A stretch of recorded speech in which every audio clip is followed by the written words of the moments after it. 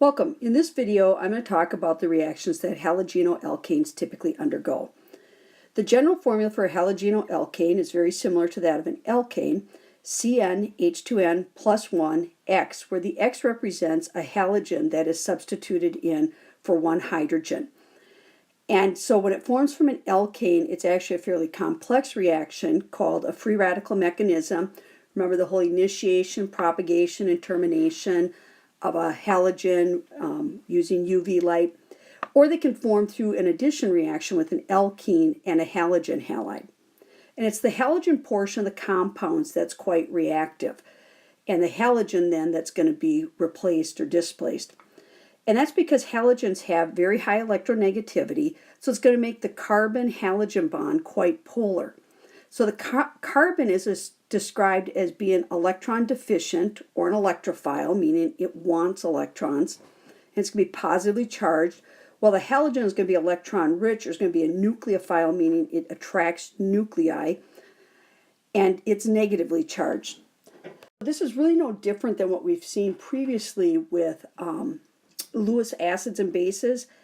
So the electron deficient carbon is going to be looking for any species out there that can donate a lone pair of electrons to it to form a coordinate covalent bond.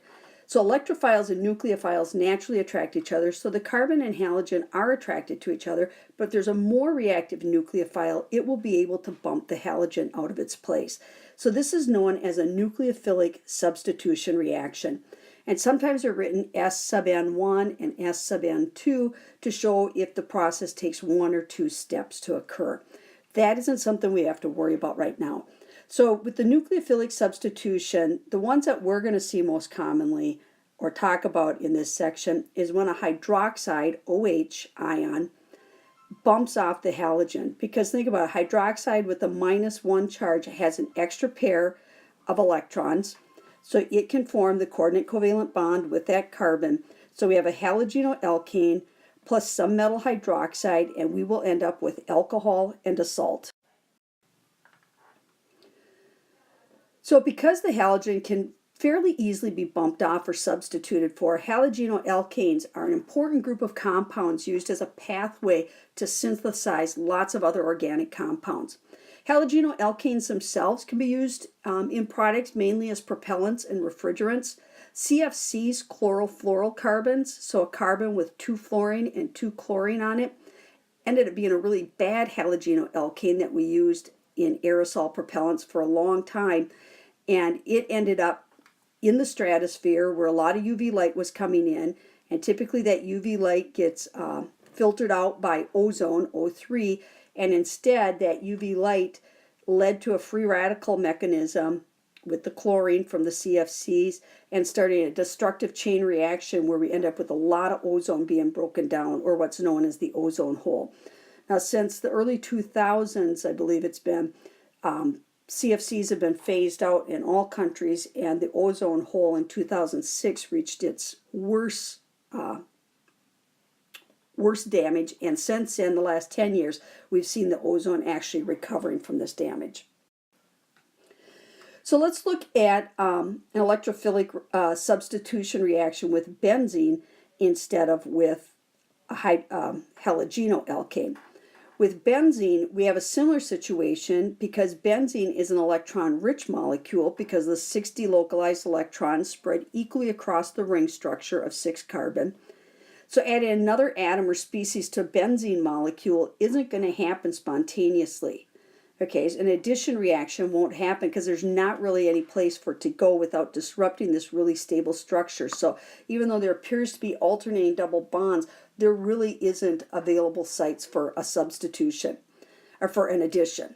However, the carbon ring acts as a nucleophile, and an electrophile could bump off or substitute for one of the 6 hydrogen bonded to it, because with these 6 delocalized electrons, this is a very electron-rich molecule.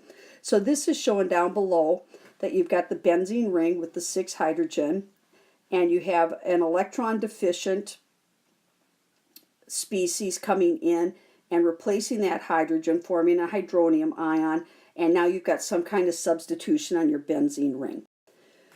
When this happens, the benzene ring is now referred to as the functional group a phenyl, and the compound is an arene.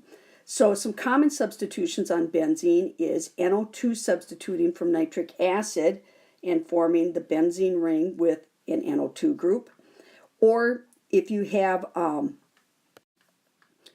halogen, such as Cl2, one of the chlorine could substitute in with the other one, combining with that hydrogen to form HCl or some other halogen halide.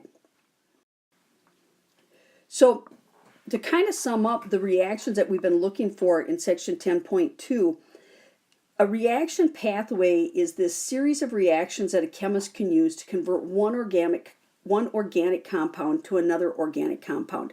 And it's a huge part of the organic industry, and it not only leads to producing things we need and are using, but also discovering new compounds with new uses. It's also a huge part of studying biochemistry because there's numerous reaction pathways in the human body that allow things to happen. The ATP pathway is one that provides energies to cells. And all of these pathways in the human body require one or more enzymes to happen in the timely fashion they need to. It's also a big part of studying diseases, looking for both cures and prevention of diseases. So organic chemistry is just ripe with lots of opportunities for research and discoveries.